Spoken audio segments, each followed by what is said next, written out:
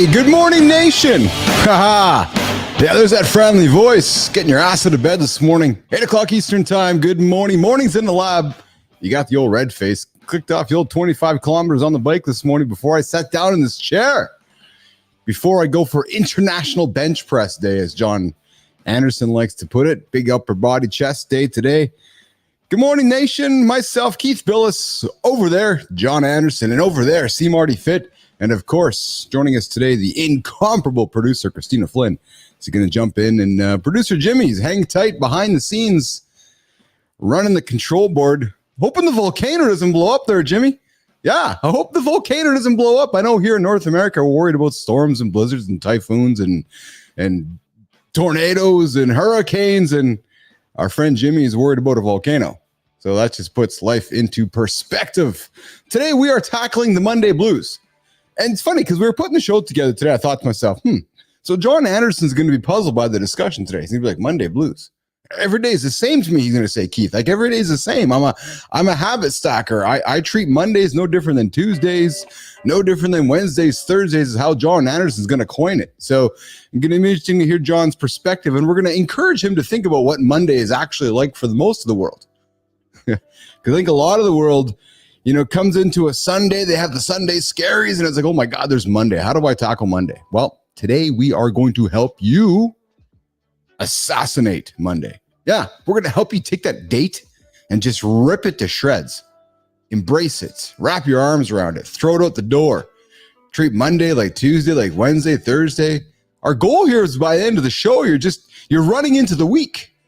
Last Monday we started the week off. It was, what was the last Monday? It was August 12th. I guess it would have been, right? So we were coming into the back half of August. Well, man, I was telling you last week, time's going fast. Time is going fast. So today we're going to tackle Mondays. Accountability check-in coming at the 50-minute mark. Bottom of the hour, we get the C. Marty Fit tip. And of course, the John Anderson lifestyle tip coming in at around the 45-minute mark. But today we got him on hold because Johnny's up there in the mountains battling the bears. And of course, the 55-minute mark of the show, we have the Creator Spotlight. And we're going to bring in John and Marty. Good morning, John and Marty. What is going on, boys? What's up? Hey. Good morning. I think I'm on a little better. I think my delay's not as bad today. Is that correct? Dude, your delay's awesome. I think that's correct. The internet must know you're there, John. The internet's like, I guess you're going to pump a lot of bandwidth out of Lake Tahoe for the week. So it just expedited the pipe for you today. Speaking of pipe, the Creator Spotlight today coming up at the 55-minute mark.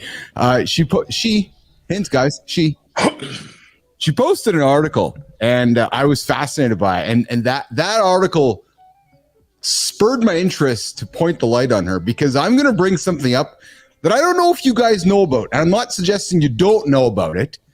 I just don't think a lot of humans know about what we're going to talk about at the 55-minute mark for the Creator Spotlight. I know I talk to my kids. I talk to Lauren. They look at me, Marty. And actually, Marty, I think you were here when we had this conversation a couple weeks back.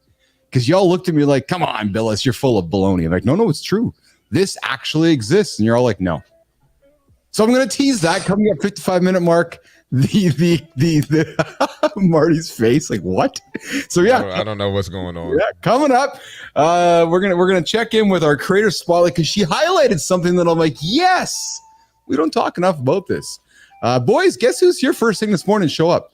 Good morning is here. Good time. Good morning. Good morning. Good morning is here. Good morning. Good time. Marty, Good Time showed up a few weeks ago and hasn't left. Yeah, been here for a while. That's awesome. And if you remember, Marty, Good Time showed up and we banned Good Time, I think, on the first show, because I may have been offended for some bizarre reason, even though they didn't offend me. But I was no, it was an accident. It was someone else. Yeah. He thought it was Good Time. I don't know how you did that, but Jimmy's just like kicking him off the show, and yeah. There you go. So I got to go around the table. Johnny, how are you, man? How was the weekend up in Tahoe? What did you do? What did you and Tara do? Tell us what you guys did, man. We had a great, I hate to say weekend. We had a great couple of days, because I don't really recognize weekends. I recognize great days of my life, which I had two of them. And I know, Marty. So basically we spent some time we went for a hike. We spent some time at the lake. It was a little windy up here, so we actually went to down into South Lake Tahoe and chilled out. And I had a Diet Coke, of course, because I don't drink. Watched some live music, so we had some fun. That's awesome. That's awesome. So Marty, Johnny had a Diet Coke not on the weekend. Not on the weekend. That's right. So he doesn't recognize weekends, but he won't have a Diet Coke on a Monday, Tuesday, Wednesday, Thursday. But he'll have a Diet Coke on Friday or Saturday. But he doesn't recognize the weekends. I'll have a Diet Coke. Let's get this straight. I'll have a Diet Coke any day. But the problem is they usually don't have live music on Monday, Tuesday. Oh, Marty. Oh, okay. Yeah. So we're gonna call Anderson the live music not on Saturday, Sunday guy. So mornings in the live. Joe, welcome to John Anderson's world without weekends. It's just. Oh, we got the future. It's a better way to put it. A better way to put it is welcome to John Anderson's world where days don't have names. Yes. Yeah. Hey, okay. Man, I can't. I'm reading the same script, Anderson. I really am. I don't read too dissimilar of a script these days. I got to be honest with you. However, most human beings, John Anderson, live the 7-day script, and most of them look at Mondays and Saturdays and Sundays, and so we're going to talk about that today. And I'm going to invite you to, help our audience consider how they can tackle Mondays, because today's a show we're going to really lean into Mondays. And people, a couple weeks ago we tackled those scary Sundays, and people hate Mondays. And I'm thinking, Marty, I just look at today's calendar, August 19th, like. These last 2 Mondays of August with September around the corner, like parents are going, send my kids to school. Or some parents are like, oh my God, can school come quick enough or not come quick? Kids are going, oh, I don't want to go to school. These next few weeks are weird for a lot of people, I would argue. No, I agree. And yeah, a lot of they make a joke on social media, like a lot of parents are starting to force their kids to go to bed now to get back in the school routine. That's it. We're gonna bring producer Flynn in here in a few moments. I think that she had a birthday party with her kid this weekend, and I will have to ask how that went. But Marty, did you have the Ebony Fit weekend this weekend? Or was that next weekend? No, that's not till the 14th. Oh, I see. I gotcha. How was your weekend then, pal? It was cool. Yeah. Got to catch up with some folks. Went to a baby shower. One of my old teammates is having a baby, so that was pretty cool to catch up with some old college friends. So there's a joke there. So did you guys all put the baby in the shower and watch it get showered? Hey, I tease dad jokes here on the show. Come on, actually, come on. Why do we That call? was pretty bad. That was pretty bad. I know. Why do we call them showers, Johnny? Why do we call them showers? That's a great. I don't know. I don't know. I've only been to one. It was to my middle daughters, and that was it. They told me after that one, they said you can't. Because the first one, I was out of the country. The second one I came, they said, you can't come to these anymore. So I don't know. I'm glad I got kicked out, because that whole thing was, I felt like I wasn't jiving with all the stuff going on in there. Marty, I really want to know why John was banned from the showers. Me too. So there's a soundbite there. John Anderson banned from the showers. Well, I think it was one of those things. Have you ever been in a position where you think to yourself, you know what, I'm going to make sure I don't get invited back to this thing next time? That's more what it was. Yeah. Oh, I've drank that Kool-Aid before, John Anderson. Yes, I've definitely. I can see, I got no problem. I'll make the baby. I'll raise the baby. I'll make sure the baby goes through college. But let's just keep me out of the shower part of the baby. There you go. Yeah. Well, hey, listen, we had a lot of conversation last week about making the babies, John. So we know that's part of the equation. We know we have to have practice with that, right? Or else, we had that conversation last week. Good times jumping in with, I used to hate Sundays because of Mondays. Oh yeah. So, good time. Do you love Saturdays, or do you just stack up Saturdays before you hate Sundays? We got to find a way, good time, to help you enjoy every single day of the week. Maybe he doesn't see days of the week like John. Oh, that could. Well, here's the thing. This is what everybody needs to understand. If everybody's fighting this Sunday, Monday thing, you got to understand it. You got to break it down like this.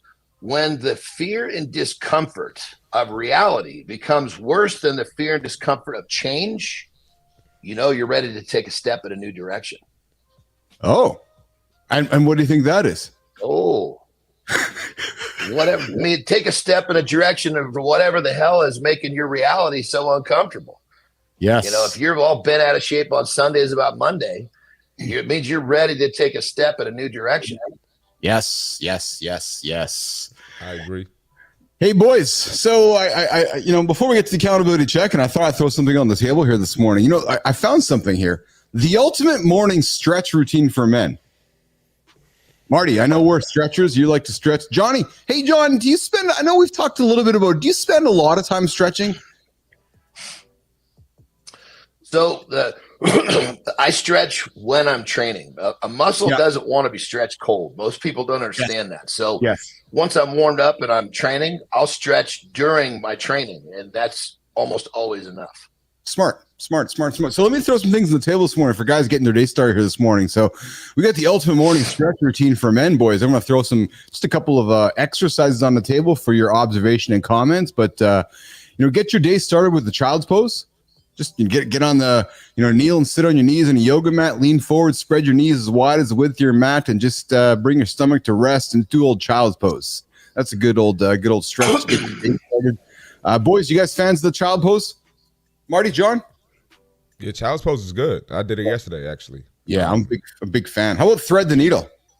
Anderson, are you a fan of thread the needle? Stretching the neck, spine, shoulders, upper back. Get on all fours, get into the old child's pose, and get that arm underneath the old, bring your arm down, reach underneath your chest, reaching across. Johnny, you a fan of the old thread the needle? What I'm a fan of is finding the angles on my body that are a little stiff and leaning into those. You can give it all the names you want. It's kind of like you go off feel. You call it child's pose, call it thread the needle. Did you find the shit that needs to be stretched? That's the question. I love it, man. I love it. I also going to encourage you guys to think about the old hamstring stretch. Get those hammies stretching, get the day started, get those hip flexes. You got to have some sort of a good name for that one. You just came up with the child's pose and thread the needle. What are you going to call this one? This one's the floor hamstring stretch. That's a bad name. You can do better. Good. And then somebody's got to do a better job of coming up with these names. Jesus. And then I've got, of course, the half kneeling hip flexor stretch, which is kneeling down on the floor, bring your leg up front, your back foot stays in place, and you got your old stretch your back and spinal stabilizing muscles. Lift your right arm overhead and lean to your left. So just doing the old side to side. Anyways, nation, there's my attempt at helping you boys get your ass out of bed this morning and get your bodies with stretches that aren't named by John Anderson. Just get your body moving and stretching and get the angles, as John Anderson would say. Hey, Marty? That's right. That's exactly it. And, find the tight shit. That's what the stretching's called. Hey, you see Jenny's comments? What's Jenny coming in here? Yeah. Oh, yeah, there we go. Jenny, think it's because Mama Charlie can. Oh, okay, there you go. So, that's how it works, eh, Jenny? It's because you're all showered, eh? So how come the guys can't get showered, Marty? Just where. I don't know. Marty's man. I was gonna say something, but I'm not gonna touch it. So Jenny's gonna join the show on Wednesday, so we can ask Jenny that pointed question. Jenny, why are we all hot? We can ask Jenny. I don't want to answer that. No, we'll let we us men do not have any right to answer that question. Producer Flynn's like, no, you guys can answer that question. So Jenny's like, sexism. Well, no, not sexism. It's just the woman's having the baby. She's going through the pain. So listen, she gets the gifts. But I didn't want to go there. You know what I'm saying? I didn't want to go there. But you went there anyways. The woman's well, because I don't want the sexism allegations. I get accused of everything weekly. Oh, yeah? Yeah. Oh, good times having some laughters here this morning. Mornings in the lab. Keith Billis, Marty Fit, John Anderson. We're at the 50-minute mark. It's at this point of the show where John's going to go for a little break. And I am going to get That's Marty a off. good piss. Stretch break. He's going for a stretch. All right, guys. Accountability check-in brought to you by our first sponsor, Keith's Coffee. Yeah, the baby shower, mornings in the lab. Accountability check-in. All right.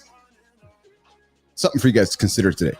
Most people wait for permission. Permission to live the way they want, to do what they love, permission to thrive. But here's the truth. Here is the truth I'm going to invite you to consider. No one's coming to give you that permission. Nope. No. Because you know why? We're trained to survive. Taught to play it safe. But thriving, that is an act of rebellion. And here's how I'm going to invite you to do it. Stop waiting. No one's going to hand you the life you want. You have to take it. You got to break those rules. Success doesn't follow a script. No. It's about writing your own script, choosing boldness, fear of that failure that holds you back. But the biggest risk, Business Athlete Nation, as you start your Monday off, the biggest risk, not doing anything. Yeah. Success doesn't follow a script. It's about writing your own. Being risk is playing it safe. So I invite you today, as you kick your week off, be a rebel. Oh, yeah. Choose to thrive. Choose to survive. Because no one's going to do it for you. That is your morning accountability check-in. We drop it 15 minutes after the hour every single day, Monday to Friday mornings in the lab. With the point of this, to give you something to think about to get your day moving in that direction. That's your accountability check-in. Sponsored by Keith's Coffee. Yeah, that's it. John Anderson. Bringing you back here, my friend. See Marty fit. And I think we're going to bring up the incomparable producer Flynn. Irreplaceable.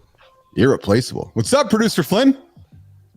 What's up, fam? How we doing? I have so many things to add. Good morning, It's Christine. like unfair to be sitting in the back.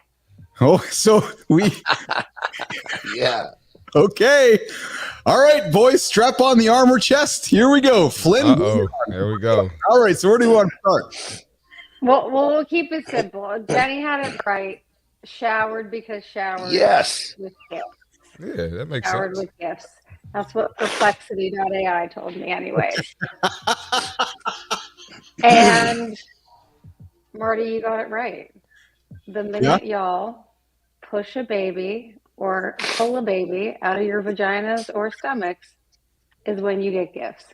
So, Otherwise, That's why I don't even touch that That's what's subject. up. I'm like, yeah, I just let it go because that's an argument you're not going to win. You can't justify anything. it's against not that. even an argument. An argument Yeah, has this- two yeah. sides. There's just not an argument to that.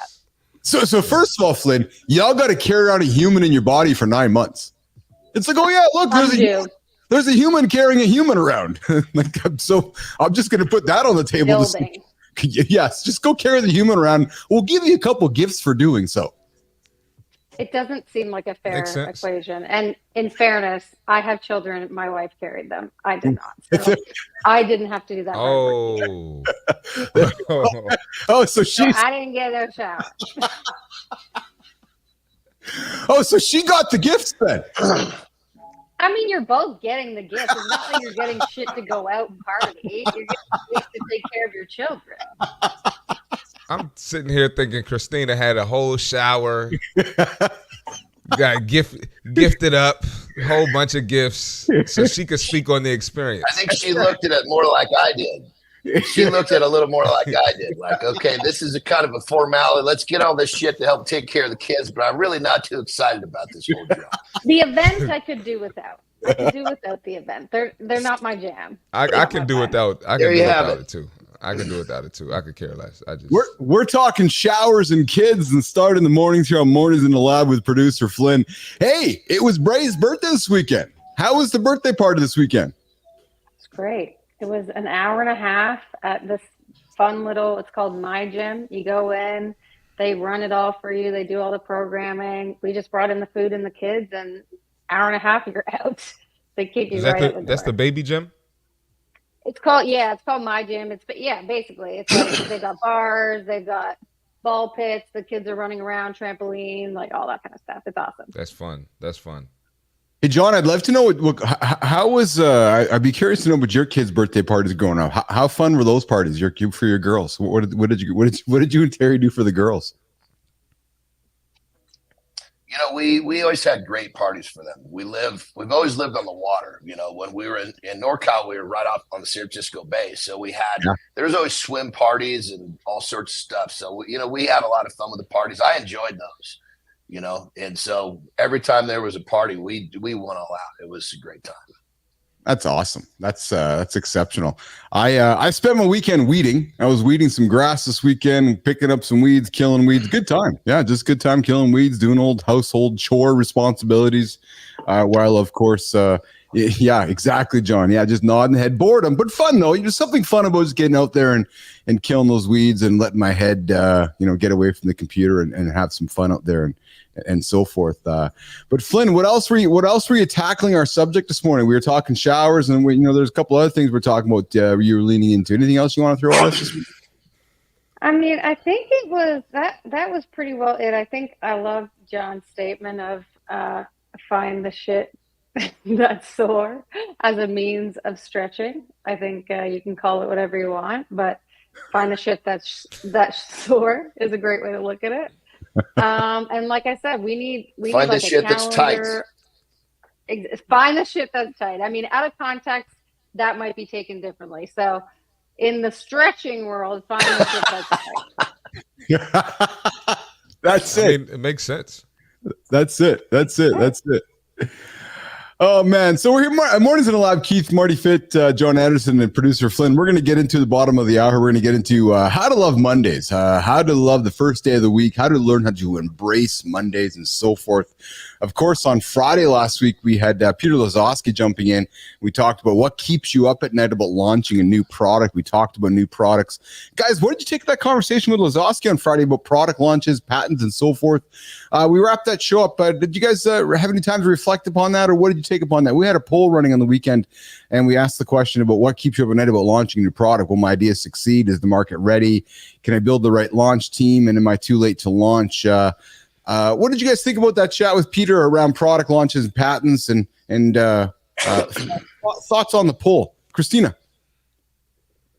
I mean, for me, I thought it was a great conversation. It reminded me a lot of my own journey.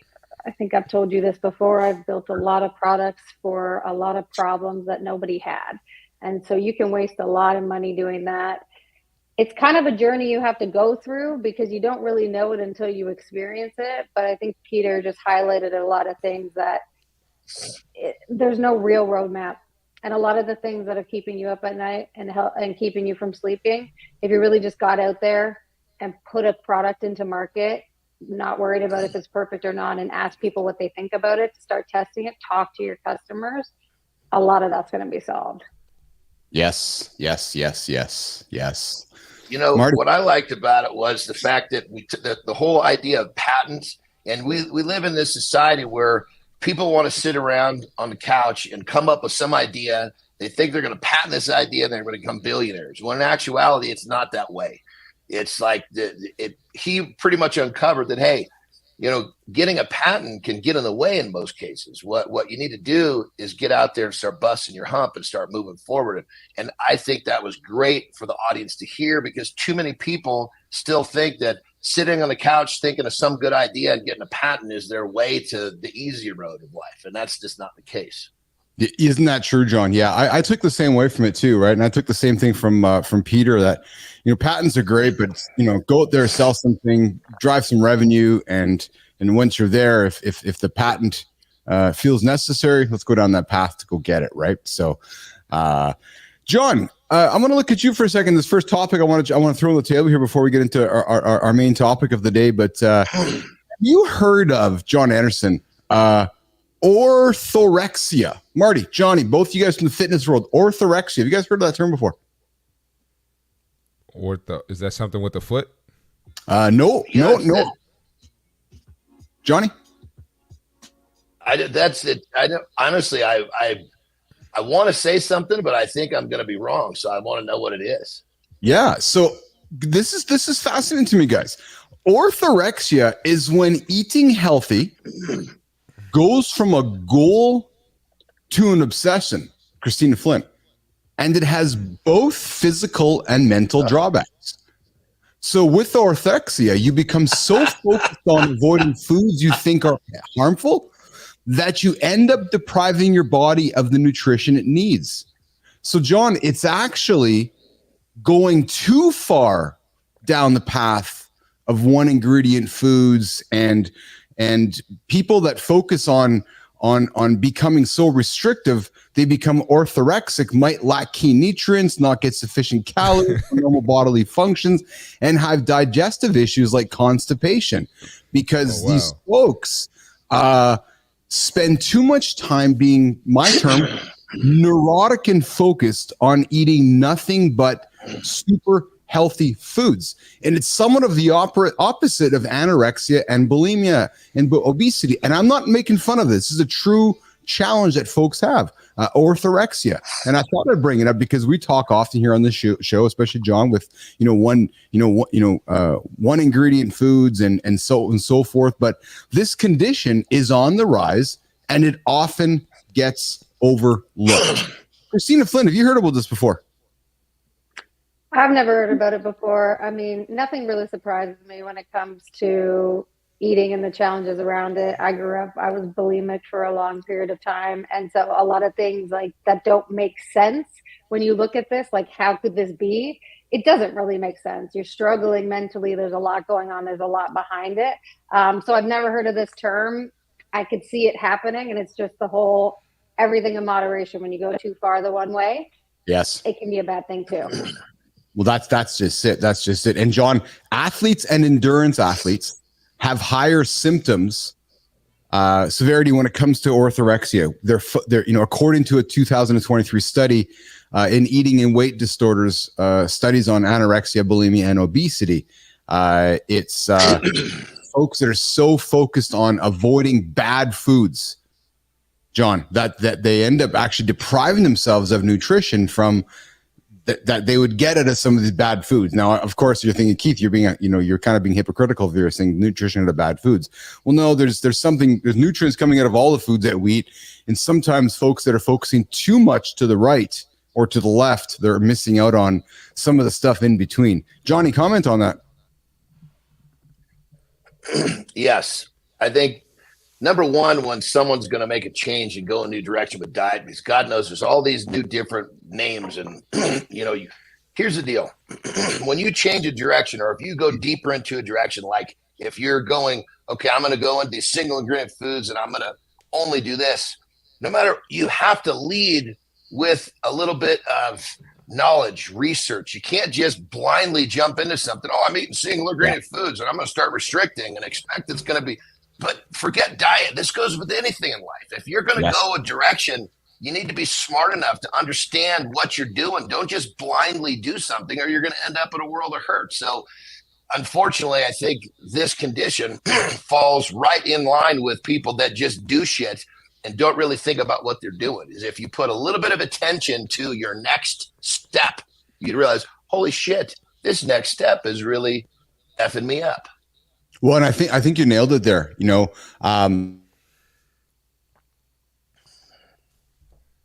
It's diet culture's newest attack, says the psychologist in this article, is that we tend to grab a hold of something and then just run with it, and this idea of orthorexia is this newest topic that people are jumping on, which is okay.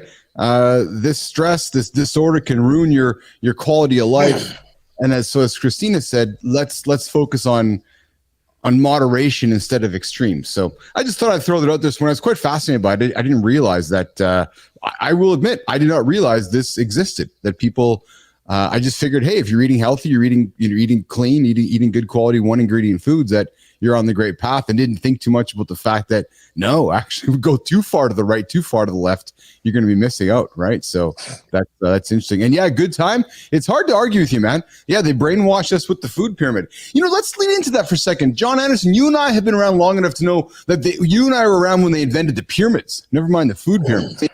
So John, the food pyramid does not really constitute how we eat today, yet we still kind of lean back into the food pyramid. You want to talk about the food pyramid, Johnny? 100%. The food pyramid is complete garbage, but you don't see processed foods anywhere in that damn pyramid, do you? So even if you followed the pyramid, which is not correct, and you kept all this processed shit out of your life, you would be in a whole different space. Now, I got to say one thing. I love to simplify stuff. That's just the way that I do it. That's the way life makes sense to me. That's the way I coach. And I promise all of you guys that are listening, if you stop focusing on all these crazy details and just keep it really simple, you find that the diet part of this equation is not as difficult as you think. I know, especially when Lucky Charms is on the food pyramid, and good time was right. Lucky Charms is on the food pyramid with Cheerios and every other box of cereal that was out there. Hey, I had good parents buy me Lucky Charms and those good cereals there. And Deuce puts it in that. Yeah, you're right. People's bodies process nutrients differently. Hey, Tina, with your young children, how do you? So my kid's a little bit older. Johnny's kid's a little bit older. Marty's still working down that path in life. Tina, you got a couple young kids. How do you and your wife talk about food with your kids? It's hard because you still have so many of those conditioned learnings in your mind, and you kind of have to see yourself immediately going to it. I grew up in a household where whatever was put on your plate, you ate it, and you stayed at the dinner table until you ate it. We don't do that by any means, and I would say we live in the middle of where I see a lot of people. There's either that camp of like, I don't give a shit, they're kids, they're going to do whatever they want, nutrients don't really matter. Or there's like the very strict, no, they have to eat this and this and this. We kind of live in the middle. We want to make sure they're getting what they want, because I don't agree that this doesn't have any impact on their energy levels, their brain activity, how they're showing up at school. So I want them to get the good stuff, but I'm not going to sit there and make them eat it at the dinner table for 2 hours if they're not going to eat it. I mean, that's just not a good use of anyone's time. Yeah, good time. I was on the same, man. I was, me too, finish your plate. And that messed my whole situation with food up, because it was, you got to eat everything. And they're like, but I'm not hungry. You got to eat it. And that messed my food, my world up. Johnny, I see you nodding your head. How did you parent your girls growing up, you and Terry, with food in your house? Well, first thing, I was raised the same way. You got to finish what's on your plate, which was a huge disservice. Our parents thought they were doing us a favor, but what they should have said was, next time you eat, it's going to be what's left on that plate. That would have changed the equation in terms of how we look at food.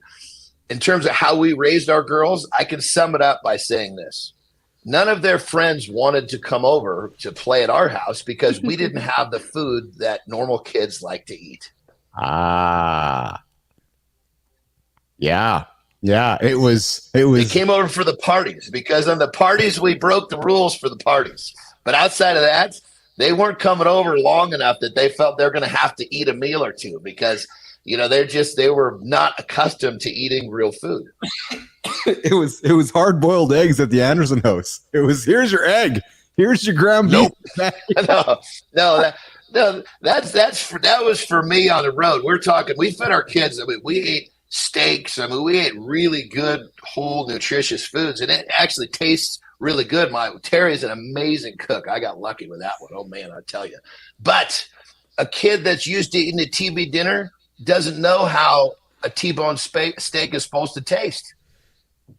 Yes, I hear you. Yeah, absolutely. They're like, well, what am I doing? I have to use a knife to cut this. My hungry man, I can just do it with a fork. I love my mom to pieces. Marty's heard this story. I love my mom to pieces. But for John, you haven't heard this, and I don't think you've heard this. But I was 6 months old, and instead of shoving the old soother in my mouth, Christina, mom's like, here's the Kit Kat. So, yeah. So you want to know? Is that where this came from? You know why, Johnny? This is a problem for me because when I was, and Mom, I love you for listening right now. We got to call Mom one day. Yeah. So my mom's like, oh yeah, we'll just put a Kit Kat in Keith's mouth. So yeah, I've been sucking Kit Kat since I was 6 months old, Marty. Like, honest to God, man, I have been chewing chocolate since. So you want to know why I struggle with broccoli or Brussels sprouts or cauliflower? Hey, you want to have broccoli? No, I'll just have a Kit Kat. So that was, yes, Marty, that's you. Next time you come back to Winnipeg, you come meet my mom. You're like, hey, I wish I came from you, Mom, because you'd be having Kit Kats in your 6 months, Marty. You're hilarious, man. Brother, next time you tell this story, do yourself a favor and say don't say I've been sucking on Kit Kats since I was 6 months. Say I was fed Kit Kats. Say something besides I was sucking on Kit Kats. Do yourself a favor, brother. Oh my God, I'm not even gonna touch that one. It didn't even cross my mind as I was talking about it until you just said it. But yeah, I was sucking. That's what I was laughing at. That's definitely what I was laughing at. Oh my God, let's get to I've been sucking on Kit Kats. Anderson. Oh Lord. Oh my God, you got good ears, man. Christina's like, what the hell is going on right now? Not going there. I'm just thinking about the Kit Kat I had in my mouth when I was 6 months old. I was thinking about nothing else, boys. You all were. Anyways, Marty, we're going to go to this part of the show. We're going to go to this part of the show, which is right here. Yeah. Nation, I'm going to get off stage. I'm going to go suck on the Kit Kat. Johnny's going to get off stage. Christina's going to get off stage. Good time is talking about sucking on Kit Kats. Mornings in the lab. The morning show to get your day started. Marty, you got something to say, pal? Let's get the fit tip. Let's do this. Let's steer the conversation in another direction. All right. Sorry about that, everyone. But let's talk some fitness and get our minds out of that place. All right. We got the fitness tip for today. Leg day isn't just about building muscle. It's about building a solid foundation for your entire fitness journey. Your legs are the powerhouse of your body. They give you the strength and stability you need for almost every movement when you're lifting, running, or just standing tall. Working your legs also helps your core, improves balance, and makes you better at everything you do in the gym. Strong legs help with posture, reduce the risk of injury, and increase endurance. Skipping leg day means missing out on these benefits. It's like trying to build a house without a solid foundation. Eventually, things start to fall apart. Leg day also challenges you to get out your comfort zone. That's the mental part of it. It's easy to stick to exercises you enjoy, but real progress comes when you face the tough workouts. By committing to leg day, you're not just getting stronger, you're building discipline. This carries over into other areas of your life, helping you handle challenges with confidence. Next time you think about skipping leg day, remember every rep counts towards a stronger, more resilient you. Strong legs equals strong foundation. There are no shortcuts to real process. Push through the tough days for a better tomorrow. That's the fitness tip for today. All right, there's that fit tip. We drop it every single day at the bottom of the hour here. See Marty Fit. The See Marty Fit tip here, brought to you by our sponsor, Keith's Coffee here. Yeah, I'm saying that on purpose because we're bringing sponsors on the show here eventually. This is the plan here. Mornings in the lab, Keith Billis, See Marty Fit, John Anderson, and of course, our producer, Christina Flynn. We're going to tackle Mondays, embracing Mondays, how to love the first day of the week. We got some comments coming in from the side here. Yeah, good time. It's true, man. You like what you like. I'm after you, pal. You absolutely are. And hi. Welcome to the show. Hey, listen, if you're tuning in right now, subscribe to our channel, Mornings in the Lab. Like it, comment it, share it with your friends. Join the party here every Monday to Friday, 8 o'clock Eastern time, where we tackle great topics, great conversation, and have a lot of fun along the way. We got a big week this week. We got Marty, Brian Ingalls. Brian's his name, eh? Brian's joining us tomorrow on the show. Brian Inge, yep. Yeah, Brian is Marty. He's from your world, coach, athlete. What's up with Brian? Marty. Yeah, Brian does a lot of things. He's in the basketball world. He coaches, he trains, he hosts basketball tournaments for some of the top players in the country. Has trained a couple of NBA players, a couple guys that got drafted, which I also trained as well. So it'll be cool to hear him and hear his perspective. Awesome. So we got Brian joining us on Monday. Tomorrow we got Jenny Sukut on Wednesday, as well as Jeff, I believe, on Wednesday as well. We got a couple of guests on Wednesday, working on Thursday and Friday show as well. So big week coming up here in the lab, and of course the producer Flynn on the show here. We got guests coming and going throughout the next, for next number of weeks, and of course coming up in about 15 minutes. So we get the creator spotlight, and I got something that I'm going to surprise you guys with, just some knowledge that I don't think a lot of people know about that this human talked about, and I thought that was pretty cool. So listen, let's get into our main topic today around the idea of reframing Mondays. Many folks hate Mondays. It's like, oh my God, I got to get to Monday. But yet it's not really different than Tuesday, Wednesday, Thursday, Friday. It's just another day of the week, but yet we all hate them. Let's talk about reframing Mondays as a fresh start. Christina, I'm going to start with you. So Monday is the opportunity to set intentions for the week, a day to realign with long-term goals. What are some of the psychological benefits of leaning into Mondays, Christina, from your point of view? I think it really depends on what you do, like for a living. If Monday is a thing in your job and that's how you look at or how you structure the beginning of your week, then yeah, there's benefits to sitting down and instead of just like getting into the work, actually taking a look at what's ahead, saying, what do we got going on? What's the plan that needs to be done? How do I get from point Z, which I'm planning on getting to, from point A? What are the steps I need to do, and really reverse engineer backwards? So that's a big benefit, I think, on my end. Yeah. John, I know that every day of the week's the same for you. And I appreciate that. And that's one thing that I continue to learn from you and take from you.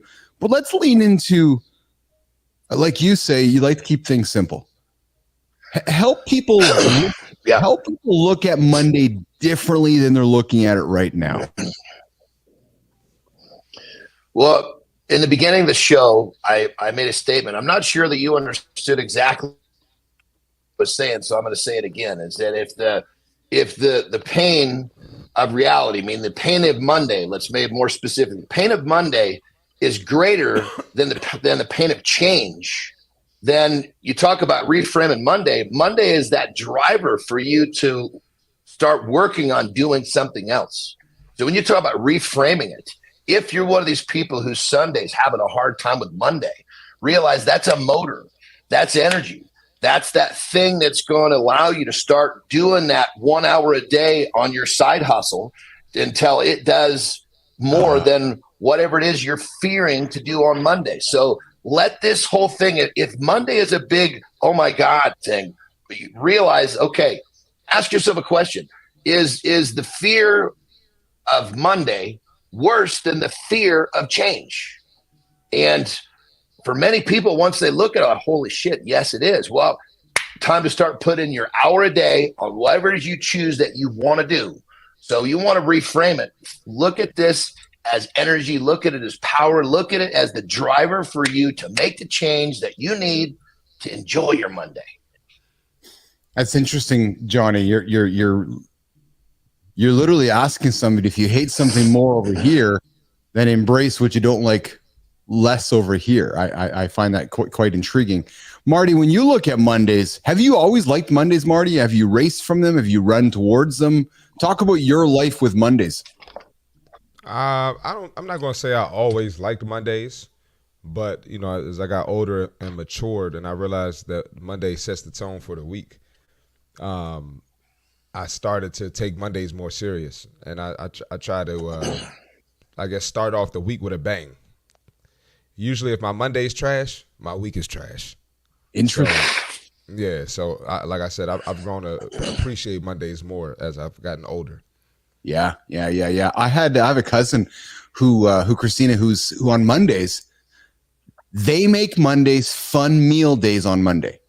So where the rest of the world, like we go for pizza on Fridays or pizza on Saturdays, or let's go for burgers on Thursday nights because the weekends are around the corner. Their family races towards everything that everybody hates on Mondays to make Mondays a fun day.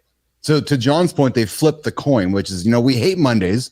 So let's make Mondays like our Friday, quote unquote, because that helped that family embrace the week ahead. Mm-hmm. flipping the script, Christina. Yeah, I love that. We do grilled cheese and smoothies on Friday night for dinner.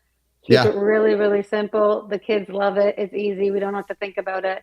And if it's been a real one or it's a real week ahead, we'll do like a little glass of wine on Monday night to be like, look, there you go.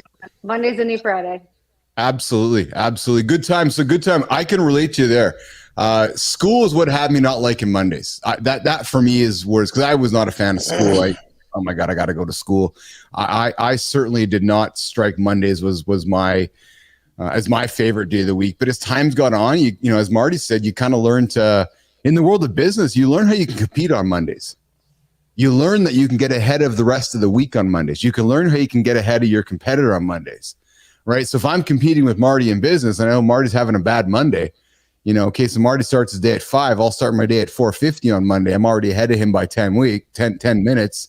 I know Marty's struggling with Monday to start with, so I focus on winning Monday and I focus on beating Marty. I know it sounds so cliche and so, you know, like type A alpha, but it's real. I believe it's real. I believe I think you see John nodding his head. If you can attack Mondays, you're going to be ahead of 90% of the class. John Anderson. But and that's a great thought for the people that are just kind of starting this whole thing. Yeah. Great thought for people that just kind of hearing what we're talking about. Well, when it really comes down to it, is don't just do what you said on Monday. Do it every day. Yes. You know, that's the whole point. Don't just say, I'm going to get up a little bit extra early on Monday. Get up a little extra every day. And when you treat every day the same, that's when you don't really have the names of your days that rule your life. Yes. And I think one more thing to add, I believe that most of us were programmed to not like Monday because we were raised in a home. Unfortunately, our parents did shit that they didn't want to do on Monday. So we were programmed with, oh my God, it's Monday. Horse shit. You can choose to look at anything in any light. I agree with you wholeheartedly there, John. Now, I'm not suggesting my parents are that way, but I think society as a whole has taught us that way, right? Race to the weekend. Yes. You know, don't race back to Monday, right? Race to the weekend, grumble about Monday. So what we're trying to do is reframe that mindset here on our show, which is jump into the show on Monday, have some fun, treat Monday like Wednesday, treat Monday like Friday. It's just another day of the week. You can't get away from Monday. It's going to be here. And oh, by the way, in 7 days from now, it's going to be here again.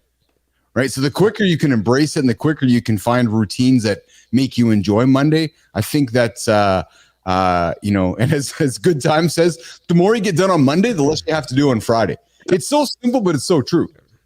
Marty. Yeah. I've even had, I've had clients that would skip Mondays because they're recovering from the weekend.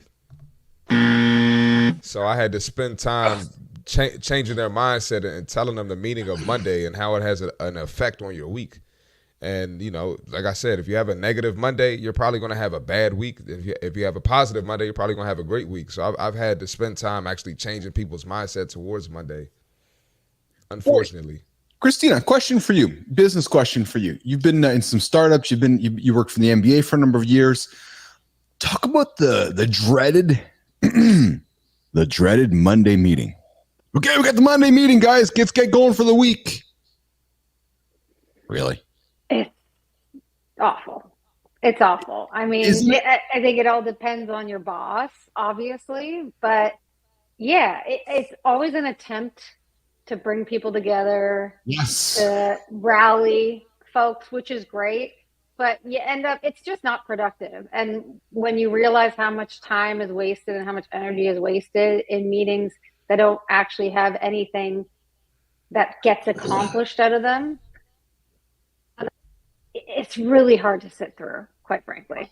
I would invite business leaders to look at Mondays a little differently. I would invite business leaders to look at Mondays through the lens, perhaps, of C. Marty Fitt or John Anderson. I would invite business leaders to look at Mondays as a way to get your team lined up mentally and physically.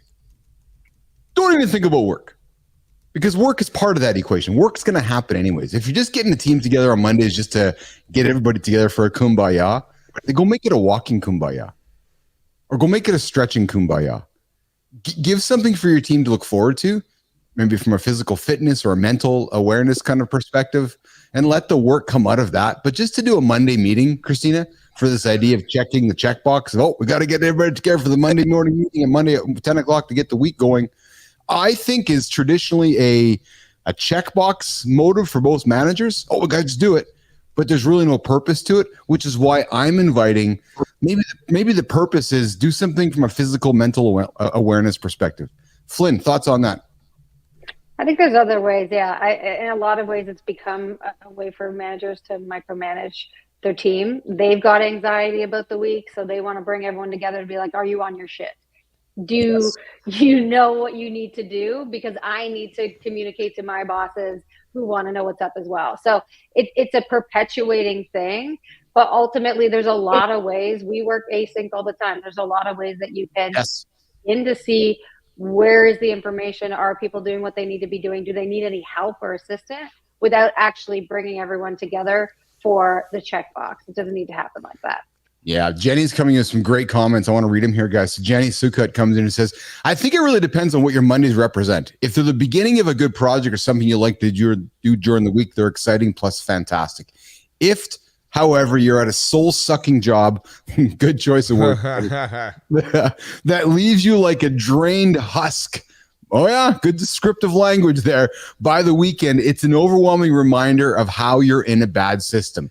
And that's why I aired this comment, Jenny, because that's the point, as John would say, right? If you're stuck in a bad system, that's just going to be repetitive every single week. And then Jenny leans into, personally, I'm with John and his lack of having days of the week affiliated with having good days or not. All my days are good days where I can eat good food, have fun, be intentional with my relationships and action. That's a great attitude, Jenny. And I know Jenny's an entrepreneur, John, so I would suspect, Jenny has a startup, and again, we're going to get to know Jenny here in the lab here in a couple of days. I would suspect as a startup founder, Jenny has that mindset because Monday is really no different than Wednesday, no different than Friday, no different than Sunday. It's just a different day on the calendar. But I really think if you're enjoying it and you're loving something that you're doing, you're running towards that day of the week and you're not running away from it. Good comments from you, Jenny, here in the lab. And Deuce, I hate Mondays. It's a pheasant mindset.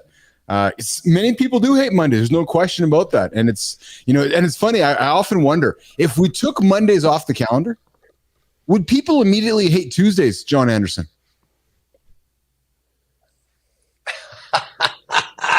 That's a great question. I think when it comes down to it, I don't think it's got to do with the name of the day.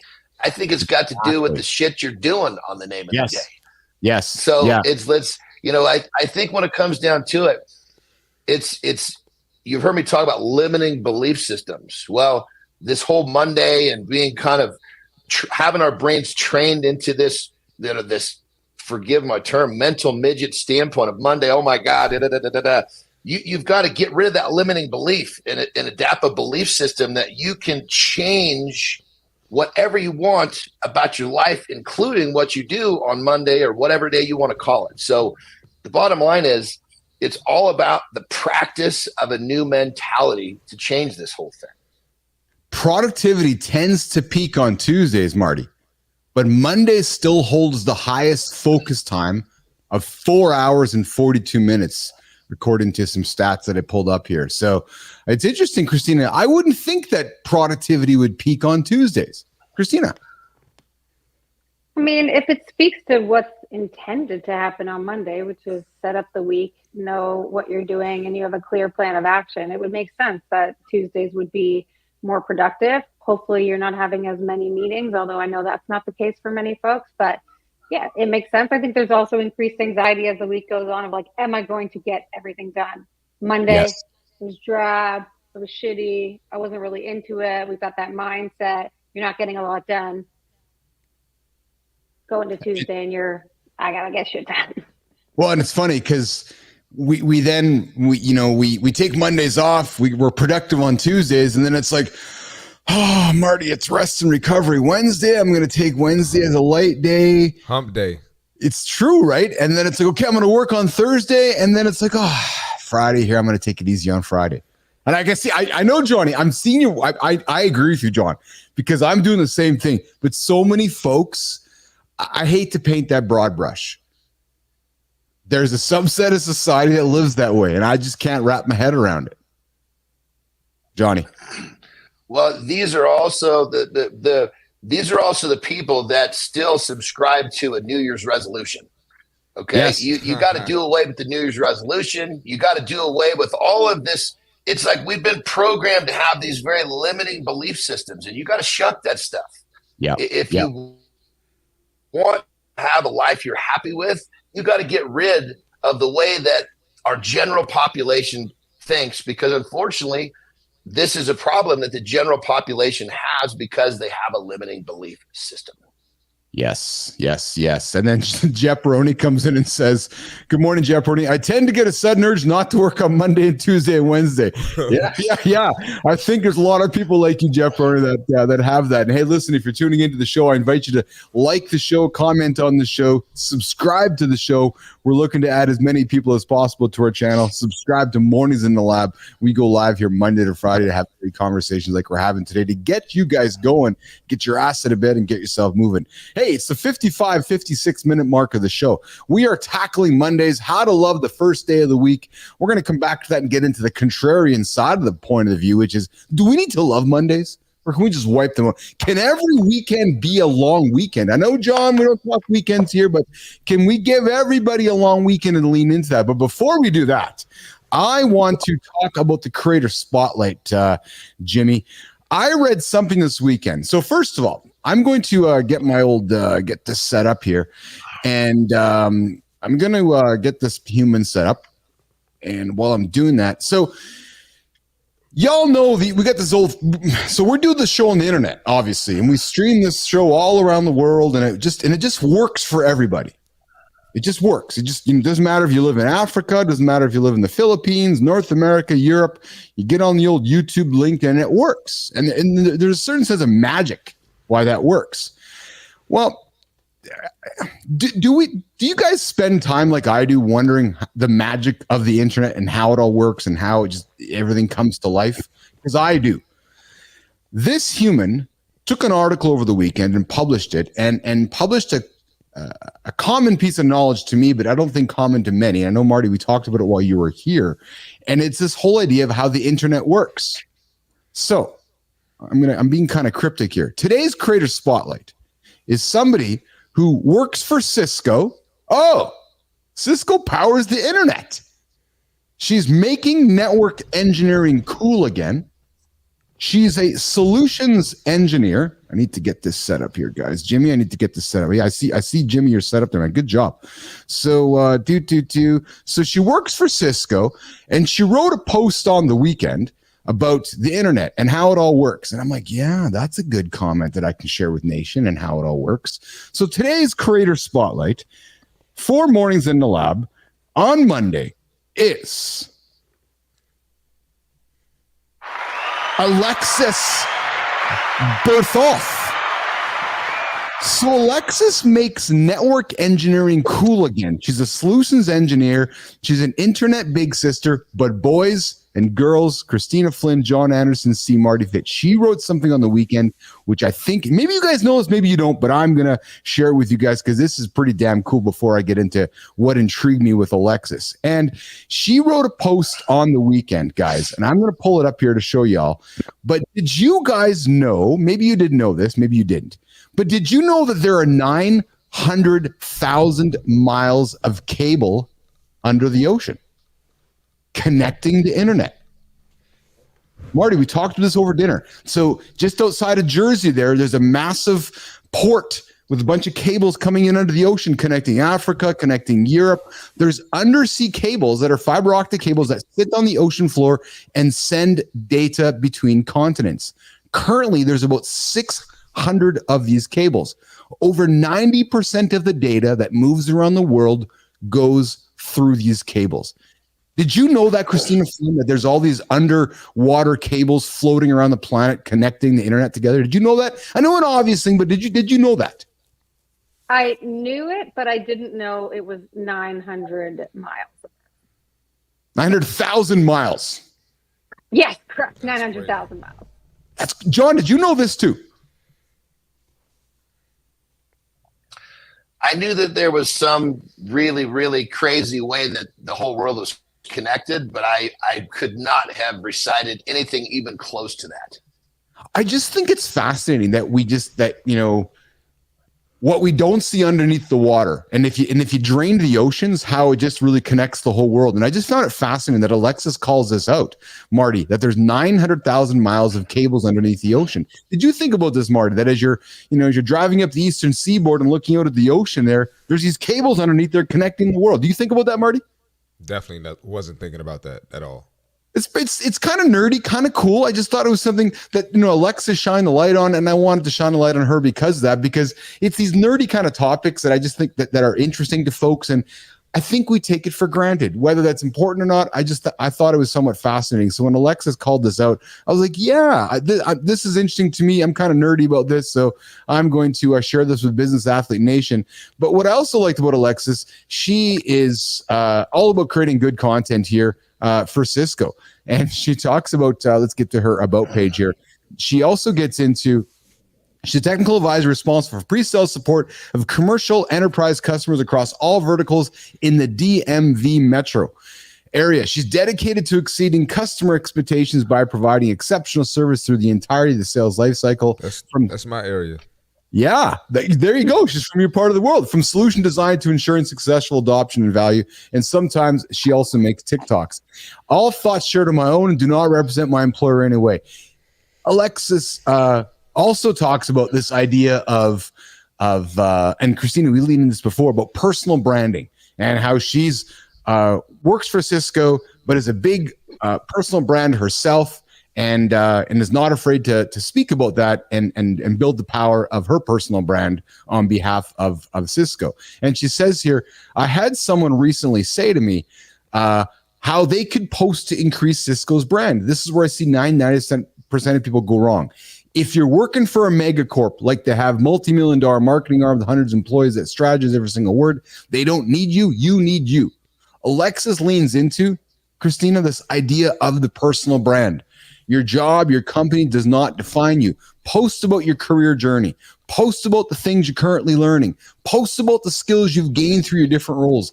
Sure, you might mention the company you work for, but it's your work that defines your experience. And especially in such an uncertain economy, you need you. So nation, I'm inviting you. If you're working on building your personal brand, build it alongside your employer, but focus on building your own. And if you're lucky, you have an employer that's leaning into the idea of their personal brand and recognizing that your brand is making their brand stronger. So today, Alexis Bertholf, I hope I'm pronouncing your name correctly here. Congratulations. We've named you the Creator Spotlight here, Mornings in the Lab. I loved your article about all those cables running underneath the internet. Keep bringing that stuff to us. And I'd like to welcome you onto the show to talk about what's interesting you.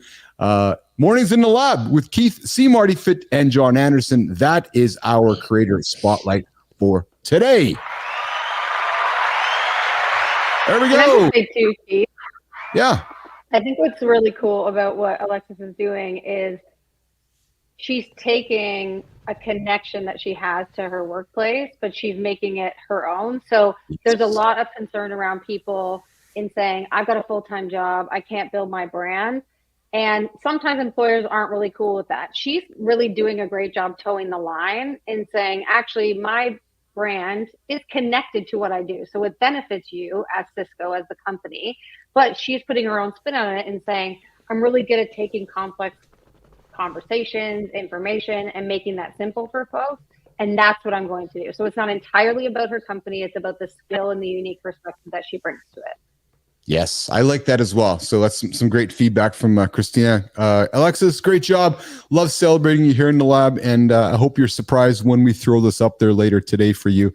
And every single day around the 55-minute mark, we like to celebrate somebody on LinkedIn and the Creator Spotlight. And if you have somebody you want to nominate, throw them my way, throw them Tina's way, Marty's way, John's way, so we can celebrate them. And we're only making this a bigger part of the show. All right, embracing Mondays. How to love the first day of the week. Part 2 of the show today. Questioning the obsession with Mondays.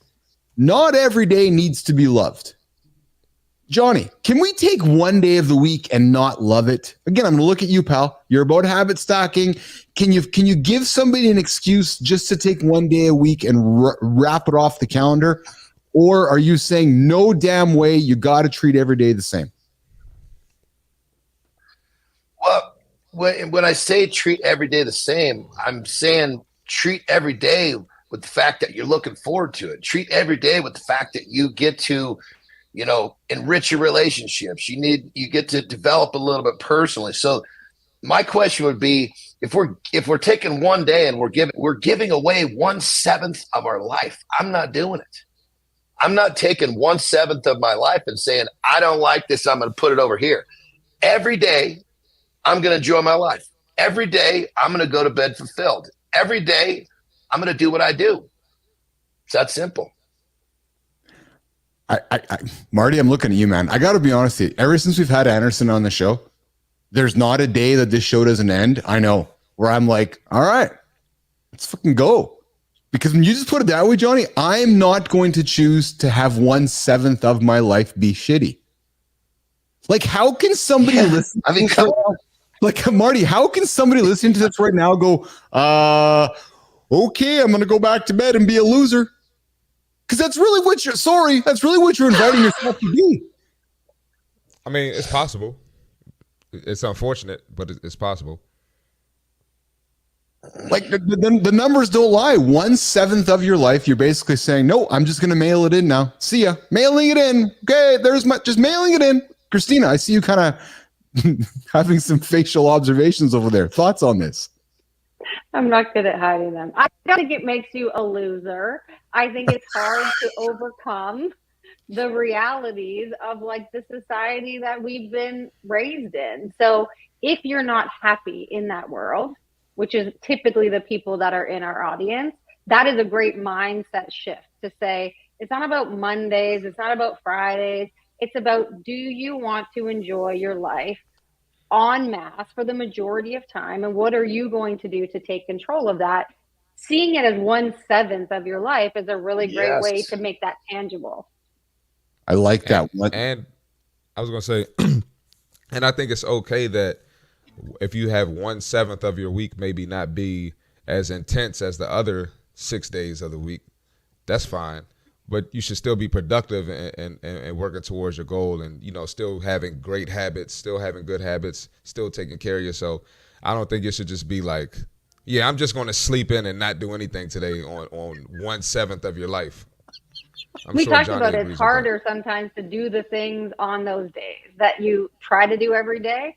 It's not about how well you do them on those days. It's about, do you do them at all? And that's going to make it be a continuous action that you do all the time. So yeah, you're going to have shit days, but still do the action, get through it. Getting through it is more important than those days being really intense. Let's give our audience some nuggets to get through the day today. Some folks are starting the day. It's 9 o'clock Eastern time on the coast, or out there in the East there. And the West is just getting going. Central zone is on their way. Some folks are just getting going. They're going, oh my goodness, it's the end of August. September's around the corner. I'm hating my job. It's Monday. I wish it could be Tuesday. What's one nugget, Marty? And I'm gonna come around to you guys, Johnny and Christina. What's one nugget you could give somebody today, Marty, to help them get to tomorrow? What's one thing that you would use today, Marty, for yourself to get you through the day or get towards tomorrow? What would you do? I always look at the end goal. We kind of talk about this theme a lot. What's the why? Mm-hmm. And am I getting closer to it, or am I getting further away from it? Because I don't really believe in staying the same. Mm-hmm. So I either got better that day or I got worse. I know that sounds a little harsh, but do you want to move closer to that goal, or do you want to shy further away from it? Mm-hmm. Mm-hmm. Christina, what's one thing you would give Business Athlete Nation right now to hold on to and to hang on to? You and your house, I think you guys said you guys I think enjoy some food or a glass of wine on Mondays. But what's one thing you do to get through Monday, or would you give Nation a technique to get through Monday today? I think I've really struggled with the idea that like this one action or this one day will determine the rest of your week or the rest of your life. For me, it's been a game of patience So yes, working towards that end goal is important, but no one thing I do today will massively affect the trajectory of my family, my work, my business. If I'm lucky enough, I wake up tomorrow and I take that other 1% or progressive step towards where I'm trying to go. But this idea that like this one thing or these, like this day needs to be the most amazing thing, I think perpetuates the idea of like the desperation we sometimes have as entrepreneurs of like, I got to do this. If you're working towards something bigger, you got to be patient. And today is a day that you can push a little bit closer towards that, but it doesn't have to be all or nothing. Yeah. Johnny, one thing we can give Business Athlete Nation to hang on to today to get through the day today. I got a goodie here, baby. So this is a methodology I use every day. And if I don't use this methodology every day, the next day will not be what I want it to be. So call it whatever name you want to use. This goes every day. All I do is I take 5 minutes before I go to bed, and I project and I think about what tomorrow is going to be like, what challenges I have, what I've got to face. And I basically just mentally go through all of what is coming at me. So I'm able to negotiate the challenges. They're not problems, they're challenges. Negotiate the challenges, see the opportunities. The tough spots have already been premeditated, and the decisions have made how I'm going to deal with those tough things so that I don't make a poor decision on the fly. If I don't do this every day, I will have a subpar day. Name the day whatever you want, but 5 minutes tonight to project how tomorrow's going to go and put it in a good space, recognize what you need to do it, and you're going to have a better day. Yeah. That's some great advice. So coming from my side of things, I've been working hard really on looking less at days and looking more at hours, right? Because sure we wrap those hours, and we name them a day, whether it's Monday, Tuesday, Wednesday, Thursday, Friday, Saturday, Sunday. I just know in 24 hours from now, I'm going to be back here at the desk doing the same thing. So I've really been kind of focusing on habit stacking and working hours instead of days, where to me, Monday is no different than Tuesday, is no different than Wednesday. And I've got to be honest, Nation, I've been leading a lot of things that John's been talking about. I'd like to think I'm pretty structured with habits and discipline.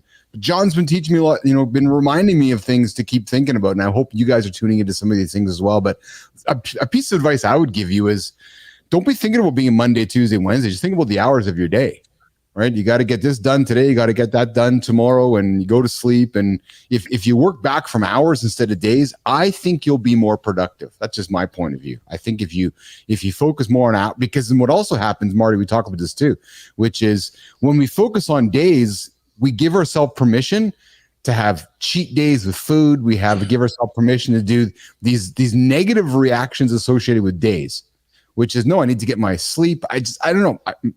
I'm stumbling on my words right now, but what I'm trying to say is I focus on the hours instead of the days, and I find that works a little bit better for me. Instead of focusing too much on the days of the week. Marty. I was going to say, you got to find what works for you. It might be hours for you. Bingo. It might be days for someone, might be weeks, might be months for someone else. So you just got to find what works for you. That's it. So we're going to wrap up the conversation here on the Mondays topic, how to get your Mondays going. The point of the matter is, guys, Monday's going to be here next week. It's going to be here the week after. Mondays are not leaving the calendar. They're not. Oh, really? So what I'm going to offer is find a way to embrace them. Join our show, join this morning show Monday to Friday, 8:00 Eastern time. We'll phone you. If you're having a hard time getting Mondays going, we'll phone you, invite you to the show, and put some humor into your life. But Mondays aren't going away. So find a way to enjoy them, find a way to embrace them. And if you really need to, come lean into what we're offering here in the lab. Speaking of, we launched something last week in the lab where you're going to be hearing more about it, which is the League of Business Athletes program, which will be a way to help you attack Mondays. come join the lab. Come do some work with myself and Marty and Tina and Johnny and the team here to help you not only get through Mondays, but the rest of your week, the rest of your month, the rest of your days. So more details coming with us on the League of Business Athletes program. But that's our Monday's topic for today. The main topic, which is how to embrace Mondays, how to love the first day of the week. The bottom line is they're not going away, nation. So, we're going to try to help you find ways to embrace them. Okay, we're at the 50-minute mark of our second hour. We're going to spend the next 10 minutes digging into some Arnold's life lessons. And I know I've been trying to wrap these up last week. We're going to wrap them up as much as we can today before we wrap the show up. And Johnny's got a big day ahead of him here, and Marty, myself, and Christina. But we're just going to get into a few last in the closing moments of today's show. Some Arnold life lessons here. We are on 2 weeks ago he launched his 77 life lessons with Arnold Schwarzenegger as he turned 77. So guys, if you ever feel stuck, Johnny, pick 3 small things you can focus on. Make them so small it's impossible for you to fail. If your goals are to learn a new language, get in shape and read more, write all things down on a note card and write for 5 minutes a day. When you wake up, do 5 minutes of reading, 5 minutes of push-ups and 5 minutes of squats and 5 minutes of language practice before you brush your teeth. Make a tally, each habit on the note card. I know you like this, John, but you think about that, right? 5 minutes a day for a month, you've done 150 minutes. You wouldn't even noticed it, right? And that's what Arnold's talking about, which is finding 3 micro small things, taking 5 minutes out of your day and doing them. And you're not even going to recognize that time coming out of your life, and you're going to achieve that. John, I can see you nodding your head at that whole idea. I love and it's hear me talk about non-negotiable. Well, you create these very small non-negotiables in your life, and you can do that 5 minutes. What I do with my clients is I'll give them 1 minute. You can only do this for 1 minute. You have to do this for 1 minute, But if you choose to do 2, 3, or 4, or 5, or 6, or 10, that's fine. But you have to do 1 minute. When you create habits and you habit stack with these very small non-negotiables, that's when you tend to start to want to do more. And when you tend to want to do more, it becomes very easy to execute the task. Well, and Marty, Arnold leans into, we talk about January resolutions here, Marty, and how everybody's like, okay, I'm going to go do 30 minutes a day of training. And after 2 weeks, they fail at it. What Arnold is offering is, if you started in January with a 5-minute workout and added 5 minutes every month, by June, you'd be at 30 minutes a day. So instead of in January saying, I'm going to do 30 minutes and then fail in 2 weeks, maybe you do 5 minutes a day for 6 months, and then you're at 30 minutes a day and you don't even know it. Just that change in the mindset, Marty.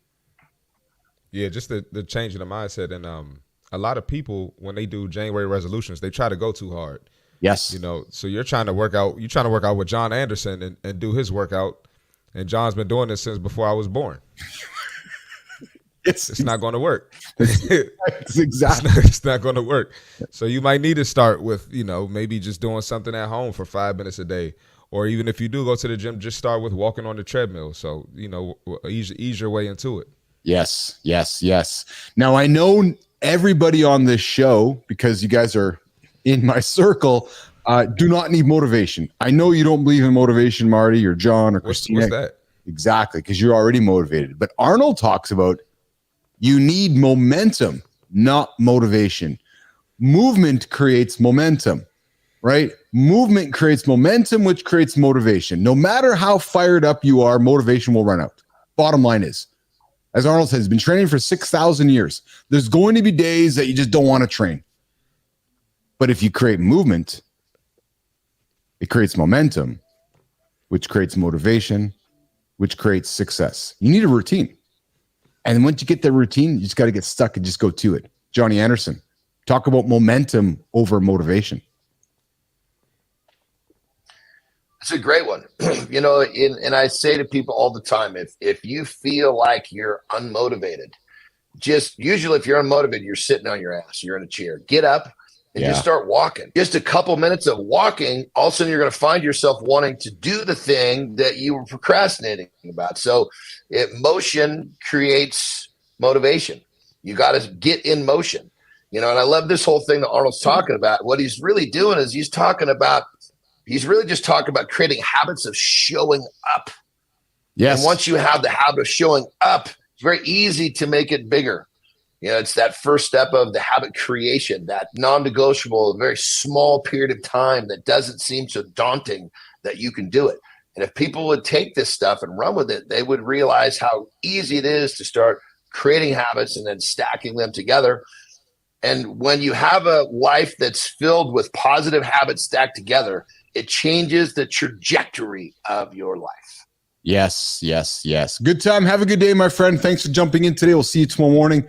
I appreciate you joining the show and appreciate you subscribing to the show. Speaking of, if you're tuning in right now, I invite you, subscribe to Mornings in the Lab. You got the old subscribe button. Click it. Get this content delivered to you. We go live every single morning, Monday to Friday, 8 o'clock Eastern time. Our purpose, our mission, the reason, our why, I get out of bed with John, with Marty, and Tina to help you guys get started. That's why we create this content, to help you guys achieve those big ass goals you guys have in front of you.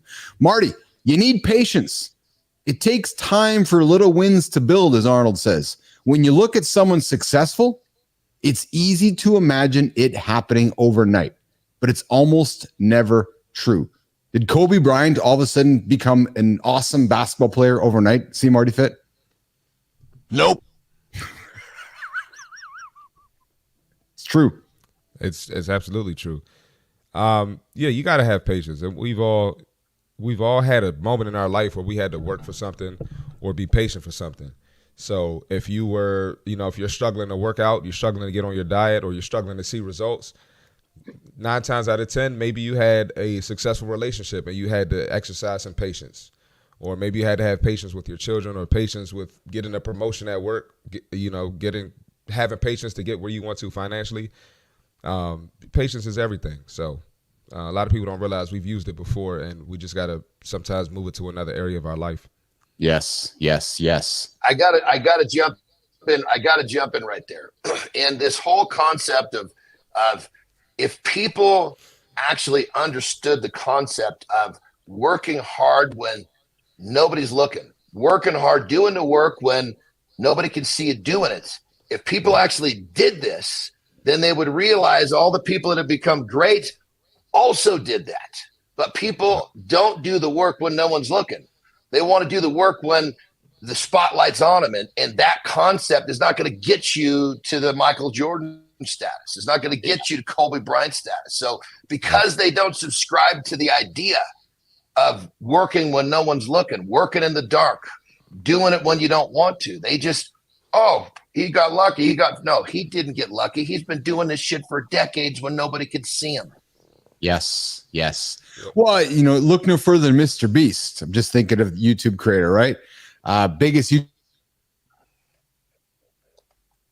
when he had 50 people watching his show. Nobody was talking about Jimmy when he had 100 people watching his show, right? Nobody was talking about Jimmy in the first 3 to 4 or 5 years of building his platform. Right. It's there comes a time and the light goes on. It's like, okay, let's celebrate this guy. He's an overnight sensation. Nope, not really. He's been working for 200 and some odd weeks. Right.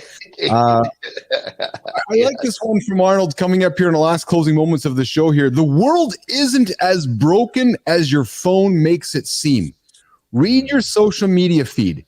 Now you'll like this one, boys. You'll like this one, John and Marty. Now imagine going to a gym or a bar or a church and hearing people talk like that. You'd say, it's enough already. And here's what Arnold says. That's a good one. It's enough already. Stop fucking whining. But that's normal on social media.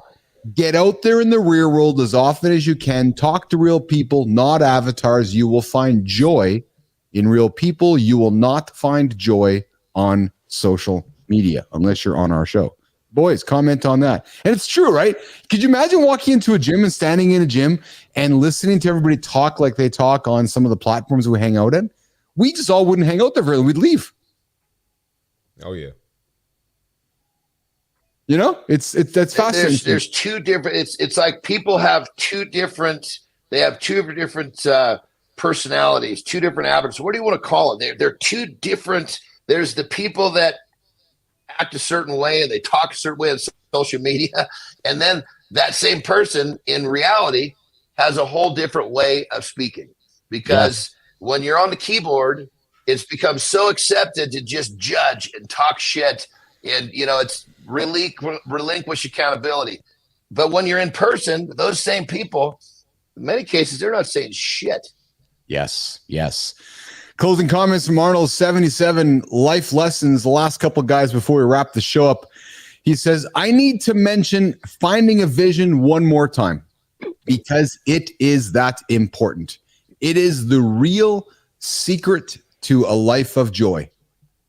We talk about all the time, Marty, why. You need your why. You need a purpose. You need a reason to live. Take the time to find it, pursue it, run after it, wrap your arms around it, and own it. Find your vision because it actually is that important, or you're more than likely going to live a life of hating Mondays, racing through the week to weekends, rush, repeat, racing towards retirement, and going, what the hell just happened with my life? John Anderson. Oh, I'll tell you, it all comes down to the way that we're mentally programmed. If we can just realize that we've been programmed, most of us have been programmed to be workers, to just go get a job. Most of us have been programmed to work a job we don't like and plan a retirement. Most of us have been programmed in a way that's designed not to make us real happy. It's designed to just kind of thoughtlessly move through our lives like a zombie. And unfortunately, we've got this whole fleet of zombies basically kind of sleepwalking through life, wondering why they're not fulfilled. Yeah. Marty, you're going to say something there too? No, I'm good. Yeah. Christina, if you take nothing from this list, please listen to this. Leave the world better than you found it. That's it. And if every one of us tries to live up to that simple rule, imagine the world we are going to leave to our grandchildren. And I know John's nodding because he's got a couple grandchildren, and I'm sure, Tina, one day it's going to be part of your world and part of my world. But it's that whole idea, Marty, of leave the world better than you found it. It's harder than, it's easier said than done. But it's certainly a percent comment from Arnold. Christina, what do you take out of that? I think, yeah. Like, I don't want to be cliche. We only have one life. But it just is what it is. Like, we got one shot to do this, and otherwise, what's the point? Do you want to live for somebody else? Do you want to live for your parents or your employer or whatever? And I understand this is all complex stuff. It doesn't happen overnight. It's very difficult, but you can make a decision in this moment right now that it's not working for you and you're not fulfilled and you're not happy. And that's empowering. You can make small steps today to be able to say, I don't want to live like this anymore. And I'm going to move towards, I may not have all the answers, but I'm going to move towards figuring them out. That's a really powerful thing. It's so true. And then Arnold wraps it up, Christina, with put your phone down, John. Seriously. He's like, this is a long list. Go look around, nation. Go take a walk. Go to the gym. Go walk down your street. Go take a walk down Main Street, USA, wherever you live, Main Street, Canada. Go find some joy. As Arnold Schwarzenegger suggests, it's out there. We just have to go look for it. And it's more than likely not on your favorite social media platform. But where I do know you'll find joy is Monday to Friday, 8 o'clock Eastern time, right here on Mornings in the Lab with Keith C. Marty Fit, John Anderson, and producer Flynn. We bring joy every single day, helping you guys get your ass going. So my invitation to you is this. Come start your day with us. Come get the day sorted out and scheduled, and then go for a walk. Maybe put our show on while you go for a walk. What I hope you're not doing is just sitting around being lazy with our show. I'm hoping you're moving around, going for a walk and doing something, going to the gym, right? But what I'm hoping you're not doing is I hope you're not just sitting there doing something, listening to us. If you are, well, then we're going to hopefully get your legs moving because that's what our ambition is here on the show. So that's going to wrap it up for today's Mornings in the Lab. on a Monday, August 19th. We celebrated Alexis Bertholf for our Creator Spotlight. We did the accountability check-in. We did the See Marty Fit Tip. And we had a great internet connection with our friend John Anderson down there in Lake Tahoe today. What a wonderful conversation we've had here today, guys. Good show. Christina? Great show. I loved it. This is complicated stuff, right? There's so many ways of looking at it, but spend the time, reflect, figure out what you want to do.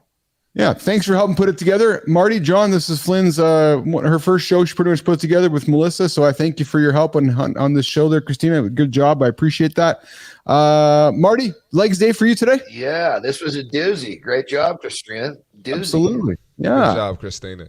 I got chest and shoulders today. Nice. Okay. And Johnny, what are you doing today, pal? I'm actually doing the same thing, Marty. Look out. Nice. Come on, man. We on the same page, John. Let's go. Let's go, baby. And it's International Chest Day for me as well. So I'm going to go do some bench work and then we'll catch up with the crew here later this morning. So we're going to get out of here, guys. You guys have yourself an awesome day. Go tackle Monday.